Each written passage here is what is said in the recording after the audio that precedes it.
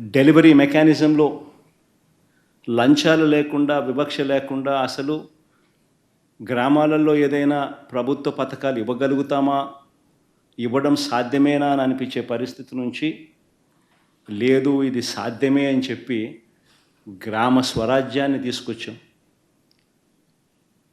ప్రతి గ్రామంలోనూ సచివాలయ వ్యవస్థ, ప్రతి 50-60 ఇళ్లకు వాలంటీర్ వ్యవస్థ, లంచాలు లేకుండా, వివక్ష లేకుండా ప్రతి పథకము, దాదాపుగా 540 రకాల సేవలు గ్రామంలోనే ఇంటి వద్దకే డోర్ డెలివరీ.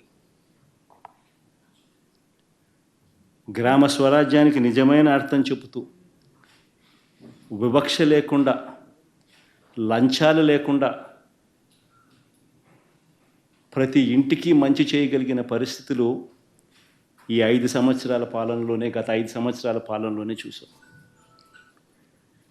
ఎప్పుడు ఊహించలా బడ్జెట్లో ఈ మాదిరిగా పెట్టగలుగుతారు, ఈ మాదిరిగా బడ్జెట్లో ఈ మాదిరిగా క్యాలెండర్ ఇచ్చి మరి ఏ పథకం ఎప్పుడు అమలు చేస్తామో చేస్తామో చెప్పి ఇచ్చిన ప్రభుత్వం దేశ చరిత్రలో బహుశా ఏది ఉండిండదో ఒక వైఎస్ఆర్సీపీ ప్రభుత్వంలో మాత్రమే జరిగింది.